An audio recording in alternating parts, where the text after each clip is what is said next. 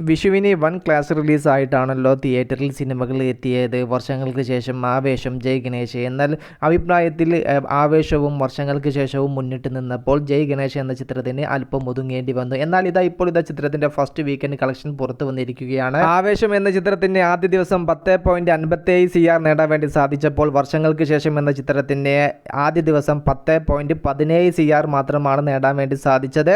ആദ്യ ദിവസം ഒരു അല്പം ലീഡ് എടുത്തത് ആവേശം എന്ന് പറയുന്ന സിനിമയായിരുന്നു. എന്നാൽ രണ്ടാമത്തെ ദിവസം വേൾഡ് വൈഡിൽ നിന്ന് 10.67 CR കളക്ഷൻ നേടി ആവേശം എന്ന് പറയുന്ന സിനിമ.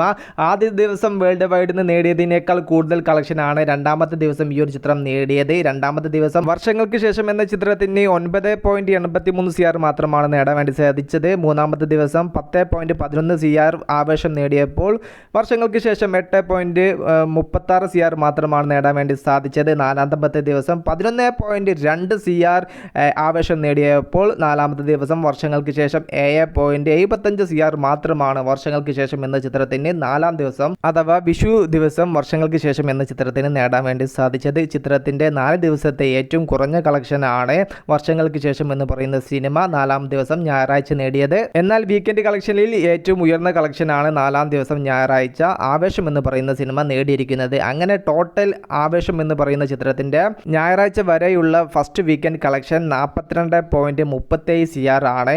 അതുപോലെ വർഷങ്ങൾക്ക് ശേഷം എന്ന് പറയുന്ന സിനിമയുടെ വീക്കെൻഡ് കളക്ഷൻ 36.11 CR. ഏകദേശം വേൾഡ് വൈഡിൽ നിന്ന് 6 CRന്റെ മുകളിൽ കളക്ഷൻ ആണ് ആവേശം എന്ന് പറയുന്ന സിനിമ വർഷങ്ങൾക്ക് ശേഷം എന്ന ചിത്രത്തെ പിന്നിലാക്കിയിരിക്കുന്നത്. സോഷ്യൽ മീഡിയയിൽ വന്ന് ഞങ്ങൾ തൂക്കുമെന്ന് പറയുന്ന ധ്യാൻ ശ്രീനിവാസൻ കണക്കുകൾ കേൾക്കുന്നുണ്ടല്ലോ അല്ലേ?